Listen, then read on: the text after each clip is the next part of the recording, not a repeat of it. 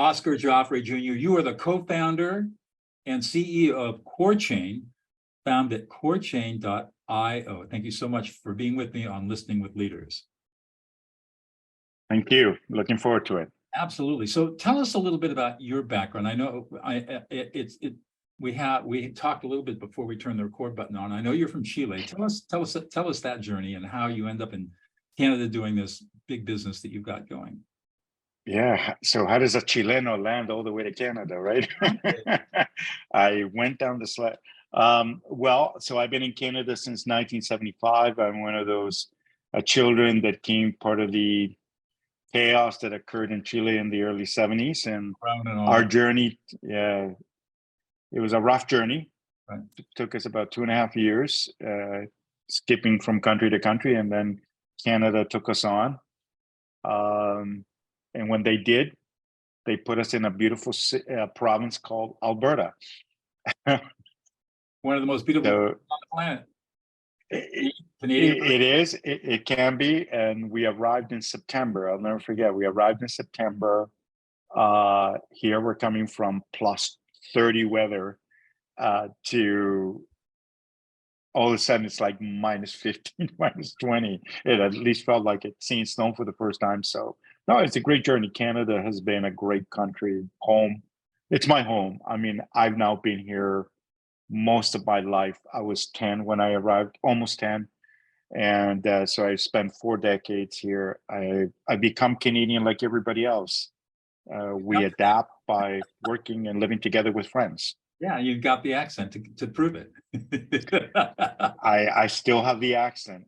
That's right. I still have it. You got the Canadian accent too. Chilean Canadian accent. Yes, the only thing I haven't added yet is the A, but sometimes in context. So tell us about your career. How did you get started and where you end up? What is KoreChain today? So KoreChain today is really, it's the amalgamation of everything that I've been doing for the last 30 years or so as an entrepreneur. Is, when you're an immigrant, it's the struggles to raising capital as a company are the same no matter whether you're an immigrant or not. But when blockchain technology came out and it was going to be transformative, disruptive, and all that, I really saw it as a game changer. And Dr. Karan Garimella and myself, when we joined forces, we saw the biggest opportunity that really to transform the next generation where we're going to head with the private capital markets. And we created an infrastructure, an environment where the future entrepreneurs, or even now today, but more as time goes by, to streamline the process, make it more efficient, make it more accessible to everyone. And that's been our journey. Our journey has been to democratize capital for everyone, make it safe for investors to invest. That's a big undertaking, of course, given some of the things that have occurred.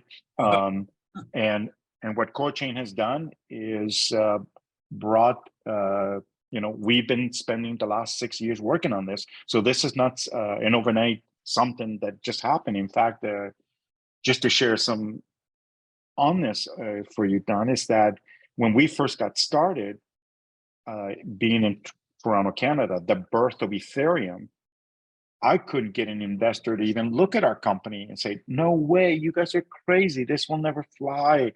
This is the momentum. Everything is public. Everything's public. And I kept saying, the only thing that Karan and our team kept going, but it's called private capital markets, not public markets. So we went back to analyze the problem. We took our head off what was going on in the markets, and we applaud them. I think what they did was great. Obviously, there's been a lot of chaos there, and we're still dealing with it. What we focused on was how to do it correctly, how to do it compliantly, how to use the technology properly, and using the right technology to solve the right problem. So KoreChain was the birth of that. The KoreChain is the very first infrastructure that's been fully qualified by the SEC. So what does that mean today?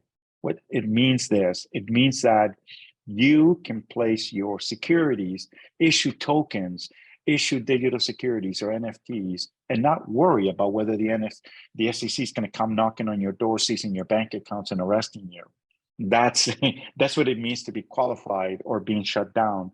And why did we go through this process? Because we understood regulators. You had to appreciate what their role was. Protect the market, keep it open, and if you follow the guidelines and the rules and you build around that, you got a happy marketplace, and that's KoreChain. So who are your customers? So our customers come in two different ways. So the infrastructure has to have regulated participants. So meaning we have broker dealers that are registered with regulators, registered transfer agents, banks. So those are the ones that get on the nodes. They're the ones who actually verify the transactions because they're the regulated participants. The final end, the next end user is the company itself who says, hey, I want to do a $75 million real estate project and I want to fractionalize this to allow millions of people to invest. So that's ultimately the other layer of participants who pays. And the true benefactor is you. How do you benefit? Well, I just put in $1,000 into this real estate company. I now have the ability to legally go to a secondary ATS and not even go to the company. I can go out and sell it and have a regulated transaction occurred, make money on it, and never have to deal with any of the old traditional, where I have to wait 10 years or I have to wait for regulatory approval. All of that is done on the chain. All the regulated participants have the same information. They know who you are. They know you own it, and you can legally trade it. So the benefits. I was going to say, do you create like a market where people can trade, buy and sell their interests? The infrastructure facilitates it. We're not we allow the participants who have been given licenses to be able to do that, which today we have. The United States is probably one of the greatest private markets in the world. I don't care what, I'm a Canadian, and I will tell you it is the greatest private capital markets in the world. $4.5 trillion was raised in 2022 in the United States in private capital markets versus 1.2 trillion in the publics. So it's pretty significant. So it's got a great infrastructure. We can all complain that regulators can do more, but right now the rules are there. There is no other regulator in the world today that allows a company to raise, let's say, up to 5 million or 75 million from anybody in the world that is over the age of 18 to then have that security and to be able to trade it as freely as the way they bought it. You don't have to go through IPOs and private placements or small, if you're doing safe harbor stuff, and you don't have to do any of that stuff. None. That's what I mean. So when and now if you put that on an infrastructure that's immutable and protected another part, you made it even more fluid. And that's what we did at KoreChain, understanding that it wasn't just about building a piece of blockchain technology to come up with a protocol. The protocol is nothing. What it is understanding the problem. What is the problem? So Doug and Oscar have known each other for years. We know the old days, right? You invest in a company, you sit there and you got to call the CEO. Hey, I need to sell my shares. Yeah, I'm sorry, can't do anything for you right now. Right. So that's been what we've had. And so how does blockchain solve that problem? Well, it solves the problem by understanding who all the participants are and following the rules that regulators created. But here's the interesting thing. When the regulators created the rules, it created such a mechanism that if you understood how to fix it, you could give that fluidity and that ability for Doug to be able to invest in the company as easily as going there, entering it, to then sell it the same way. And up until, we came around, that was not possible. But here's the other part. It had to be private. And this is the part that people needed to understand. So this is the argument that's been going on for the last few years. And we've stayed out of it because we don't, we understand that view, but we also listen to the regulators. So prior to blockchain, when Doug went and made an investment in a company, He would sign a subscription agreement. He would wire the money to the company bank account. And then the company in return would email Doug a piece of paper that had his name on it and a photocopy of the share certificate. Right. And Doug began, hey, I'm an owner. Fantastic. And he'd sit there and wait. Okay. So that's the old way of receiving a security. And now, what did you do with that piece of paper? Well, most people would go to the lawyer and say, hey, listen, can you hold this for me or my account? Put it in a file. I don't remember ever putting a share certificate, folding it, going to my wallet and sticking it there. And I make that analogy because this is not something that I get to use to whenever I want to buy something. It's something that I invested to receive a return on my investment. So I needed to make that analogy because the whole thesis of the other market is put everything in a wallet. A security is not on your wallet. A security is something you store away or you have somewhere with safety nets to make sure that you can trade them. And so that's the environment that we've created. We've created an environment that has all the beauties of blockchain, has all the immutability, the protection, the governance, the protocols, all that. But the most important thing of all is following the rules that the regulators have put in place. So Doug has the safety net that, okay, I put in $1,000. I'm not going to lose $1,000 because this thing was fraud. I may lose $1,000 because the company doesn't execute properly, but at least it's not fraud. Right. Right? That's the worst. And that's what we offer. You are obviously very passionate about what you do. What is it that's unique about you that brought you into this business? So our journey into the private capital markets for me personally has been one of a number of stages. So I started in the boardroom when Enron collapsed and Bre-X collapsed. And what was the questions we were asking then? Where were the directors? Right. So in that day was, so what is it? What is the thesis of all this? The thesis of all this is access to information. And so in around 2010, I met the man that changed my life forever. I mean, I've been in the public markets thinking that was the holy grail, companies going public, that was the way to make money. When I met David Wield, the former vice chairman of NASDAQ, and who is now considered the father of the Jobs Act, I heard him by accident talking about democratization. And it just opened my eyes. I was just like, I had such a different view of money. The way he was describing money at that moment to me or to the audience, it just kind of changed everything. So David really was my change from having a view of that money was everything to money is not everything. It's a path to the journey where you're trying to get to. And now you need to understand how money's been allocated all these years and how significant this is. When I met David, he was writing the one piece of legislation, one little piece that took him almost 10 years to get the regulators. See, knowing this information, how long it took him to get the regulators to change it, and Obama to sign it into 2012. And what was our legislation? General solicitation. And people go, what? General solicitation was the major piece of regulation that changed everything in the US. And it created Regulation CF, Regulation A. And why did he do it? Because when he was the vice chair at NASDAQ, he noticed something really interesting after the financial collapse of the United States.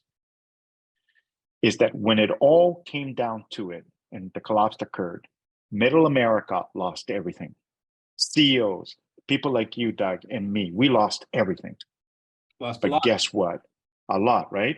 Mm-hmm. And the bankers walked out with cash. And what he studied there is that there was a dislocation, misunderstanding of the public markets. Even me, I thought that it was the public markets that created jobs. No, they don't. In the last 20, 30 years, public markets do not create jobs. They create money. And that was it, like he drove that into my head and showed me. So the other, innovation, they don't create innovation. They buy innovation. And so understanding all these different things, and that's why we needed to create the private markets. We needed the private markets to flourish again, and it's working. So what is it doing? It's allowing anybody. Look, my most memorable company that I got involved when we were introducing the Jobs Act, a lady out of, I think it was Missouri, she wanted to raise $50,000 to buy sewing machines to create dresses. If it wasn't for the regulations, it would have been illegal for her to raise money from anyone to fund her company. But because of the regulations, it opened it up. So my journey has been 14 years plus in democratizing capital compliantly, so everyone has a chance. And at the same time, the other part of me is to make sure that it's always compliant. And that's where KoreChain comes in. Compliant, we can't rely on human beings. I'm sorry. We're flawed. I'm flawed. You are. We've shown that. Greed is our number one flaw we have. Greed is good, but it can also be bad. So in order to make sure that we can continue to grow and put the naysayers of what we were working on at rest, KoreChain was created. KoreChain brings that validation that the market needed, a safe environment to use the right technology and to give Doug that power that he needs to know, this is mine. I own those 1,000 shares. It's legal. The company can't erase me on the Excel spreadsheet that I don't own shares. So it's a journey that I've enjoyed, and I love helping companies. And this is just an extension of everything that I've been working on the last 14 years. How many people are in your organization? So in KoreChain, there is 15 of us, and our team is specifically focused on delivering the infrastructure to the private markets. Huh. So all you just and then how do you guys, what's your revenue model? How do you make money? So our revenue model in KoreChain is really simple. We are providing an infrastructure to the regulated participants on a monthly subscription. We also were cognizant of the fact that not everyone, we needed to make it affordable, right? So that was so it's monthly subscription. It's about volume. I mean, are you ready for this? So in 55 years ago, a nice privately held company in Vancouver, British Columbia created the infrastructure that every publicly traded company currently sits on. Nobody realizes that. What does that mean? It means that Doug and Oscar in two different places could share hey, have you looked at the Tesla stock? And you would use your app and I would use mine. And the beauty of this is that both of us would look at the same information at the same time and see the same data from different sources.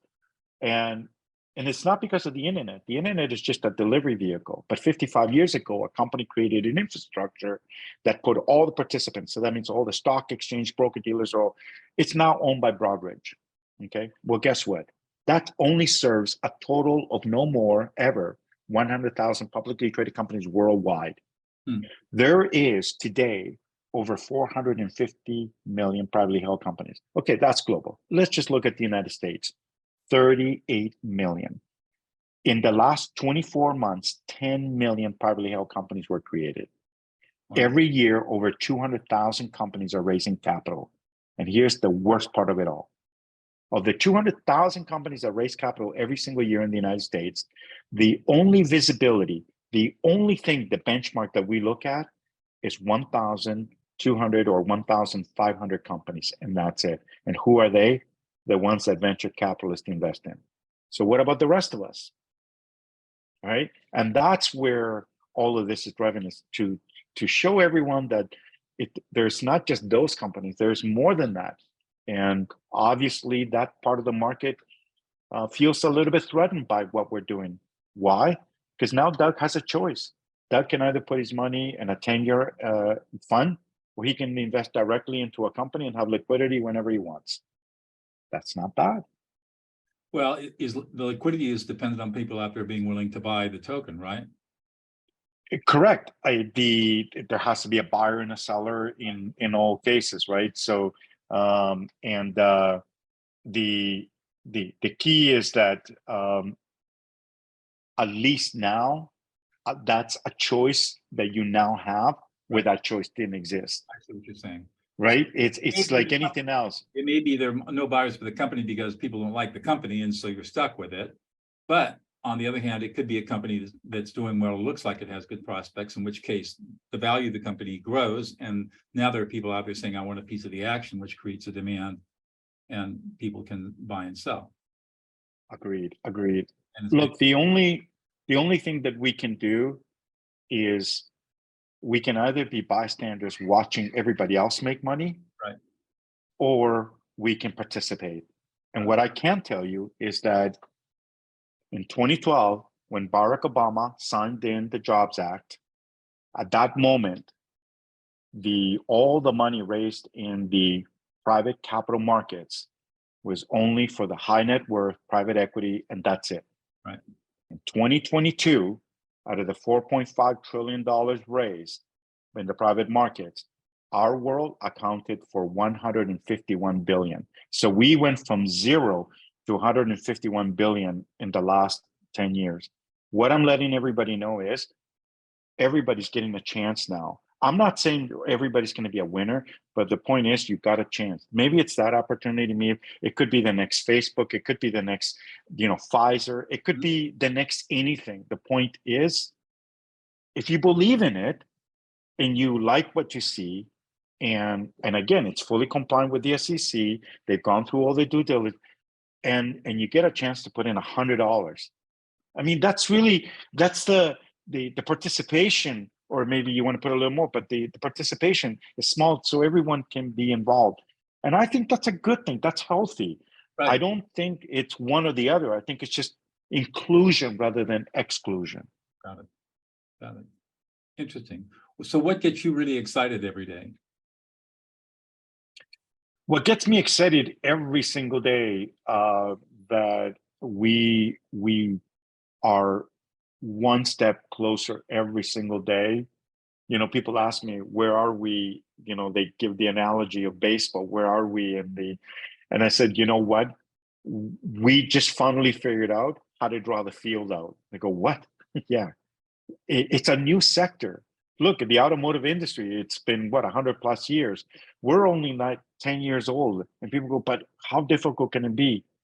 When you have this many different companies, and think about it, there are lawyers, auditors, broker-dealer. There's so many different people. They're all fragmented.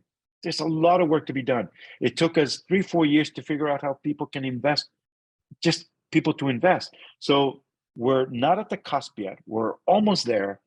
But when it does kick on, the accelerators that were really good, and I apologize, it's not meant to be in a negative way, but COVID was one of the most positive things that ever happened to online capital formation, raising capital, whether tokenizing or not. So that habit has stayed with people because it went on for a couple of years.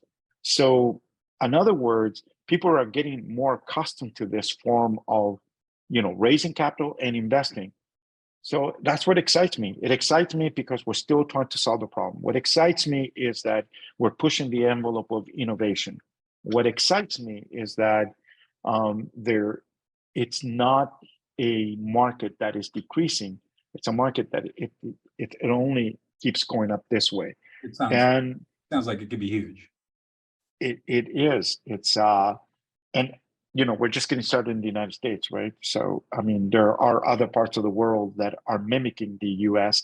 They're nowhere near where the U.S. is at, but when they do, you know what it's like. I mean, it's just but the way to keep everyone together, you need an infrastructure. I mean, it's great to say that. I don't know if you're familiar with mining. I mean, traditional mining. I mean, working in Canada, I learned a lot about mining. Right. And people go, why? What's so interesting? Well, everybody's got a gold mine. They go, oh, look at this reserve and all that. You get all excited and you go, finding gold, finding silver, copper, that's not the hard part. In fact, I learned that there's tons of that everywhere. Infrastructure is the problem. Right. I go, what?